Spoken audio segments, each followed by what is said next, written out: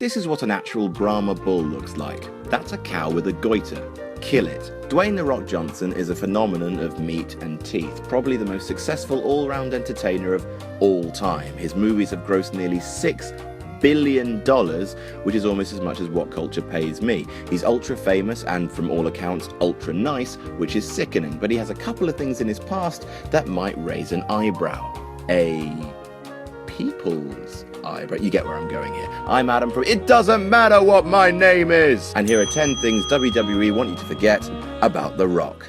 Number 10, all the other people called The Rock. The Rock has many names. He's the Brahma Bull, which again looks like this. He's the People's Champion. He's Rocky Maivia. He's Dwayne. He's the most electrifying man in all of sports entertainment, except that one really should be Kane after attaching a car battery to Shane O'Mac's junk. But he will always be The Rock. The original, the best. He's at least the third person to be called The Rock. Ole Anderson called himself Alan The Rock Rogowski in the 60s, but much more famous was Don Morocco, who wrestled as Don The Rock Morocco in the 70s and 80s and was the first ever King of the Ring. He's a Hall of Famer now, but considering how much money WWE has tied up in Dwayne The Rock Johnson's drawing power, they would probably like fans to remember him as The Rock, and him alone. Number 9, he borrowed some of his signature catchphrases. The Rock is the reason why the word SmackDown is in Webster's dictionary. I'm serious. He actually created a new word. I can barely create a new sandwich without bursting into tears. The Rock has been responsible for so many signature phrases and words that it's hard to count, but for some of them, he had a little help. Jabroni, which is a play on the word jobber, is one of The Rock's best known words. After all, the SmackDown Hotel is located on Jabroni Avenue, rough neighborhood. But that word was actually created by wrestling legend and magnificent Twitter nutcase, the Iron Sheik. In the 2014 documentary, The Sheik, Rock admits that he got the word from the man who will make you humble. The Rock is also known as the People's Champion, and he got that one from Muhammad Ali. Now, The Rock has again publicly admitted this and also revealed that Ali's family told him to keep using it. But seeing as those two phrases are practically trademarked by WWE at this point, maybe don't mention it. Number 8, Rikishi tried to murder someone for him. So attempted homicide is a crime, right? I didn't just dream that. If you hit someone with your car, you go to jail. Or I guess you could just settle things in a no-holds-barred match at No Mercy 2000. I guess. So Steve Austin had to take time off for neck surgery, and the WWE wrote him off TV by having him be hit by a car. The driver of that car? Rikishi. You know, the guy from Too Cool who put his bum in people's faces. Yeah, he tried to murder Steve Austin, and he did it for The Rock. Like a present, I guess. So was this a heel turn for Rocky? Turns out no, Rikishi had lied about The Rock telling him to do it. It was actually Triple H. It's complicated and stupid. But the moral is, when you're next looking for a gift to give to your dad or your cousin on their birthday, don't go with golf clubs or a fancy watch, just borrow their car and use it to mow down one of their workmates. Vehicular homicide, the best a man can get. Number 7, his rubbish sharpshooter. The Rock is to the sharpshooter what John Cena is to the STF, or what a dog is to algebra. The thing about the Rock sharpshooter, he just straps it in and he just sort of sits there. There's no tightness, barely any torque on the spine. It's painfully obvious that it's not obviously painful. In a truly inspired moment of online sass, Bret Hart once tweeted, "I have a lot of respect for The Rock, but I'd be more than happy to teach him how to put the sharpshooter on correctly."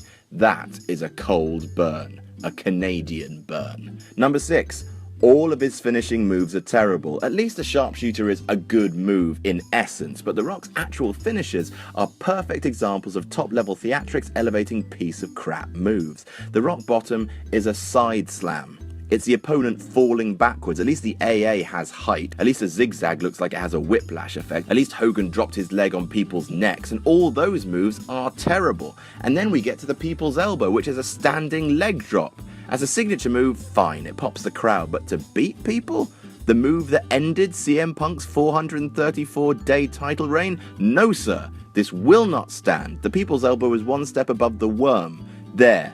I said it, and I don't feel good about saying that. Number 5, the Royal Rumble debacle. One of the most valuable things about The Rock is that he's a guaranteed pop. WrestleMania 27 looking like a turd in a sock? Rub some Dwayne Johnson on it. There, instant hype. People love him because he looked like he can flex a unicorn into existence. And also, his smile is delightful. No one could boo The Rock, right? Turns out, you can find a way. The Royal Rumble 2015, aka Boo, the musical, when Daniel Bryan was eliminated early and Reigns won the whole thing after taking a nap in the corner, the people were ready to burn him alive. Rub some Dwayne Johnson on it, right? Wrong. Even though The Rock came out, the fans still booed even louder. And look at The Rock's face. Look how hurt and confused and pissed he is. In a backstage interview after the Royal Rumble, The Rock seemed flustered and angry that the fans would boo him. It was a horrible, uncomfortable moment that the WWE want forgotten quick. Number 4, duping the fans with Once in a Lifetime. A whole year. That is how long the WWE pushed Once in a Lifetime down our throats. A whole fruity, pebbling year. It could never happen twice, they said, whilst explicitly planning to do it twice. The Rock revealed in public interviews that the whole plan was to do 3 WrestleManias, 27, 28, 29. It was always going to happen, yet they sold us once in a dick-kicking lifetime. They fooled us all, and The Rock helped. Here is a picture of The Rock. I want you, yes, you, at home, listening to this, no, I do mean you, to look at this picture of The Rock. Look into his eyes, put your face close to your screen, and say, "You lie to me." Do it now. I'm not kidding. Say the words.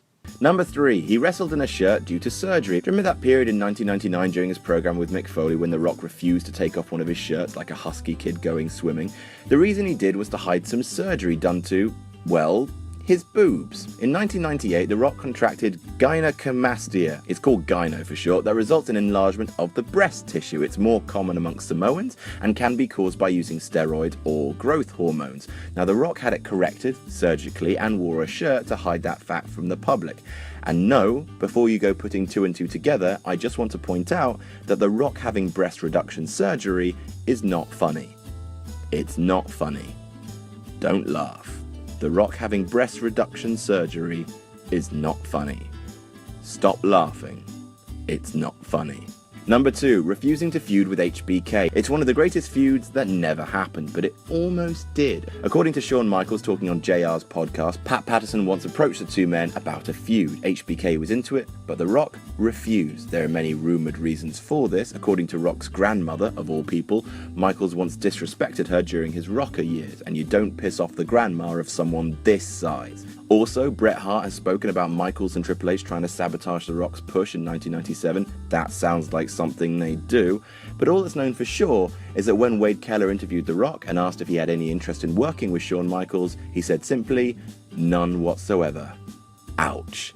And number 1, going mental on Mick Foley. The I Quit match between The Rock and Mankind at the Royal Rumble is a stone cold classic and one of the most brutal matches to watch in the history of the business. Part of that is the balls ludicrous number of chair shots to the head that The Rock gave poor Mick Foley. Basically, The Rock got carried away. He clobbered Foley with 10, count 'em, 10 chair shots. That is insane. And they're bloody hard ones too. They split his head open. If you watch wrestling documentary Beyond the Match, you can see that those shots traumatized Foley's kids and his wife so much they had to leave ringside, and Foley said he wanted to strangle Rock for going overboard.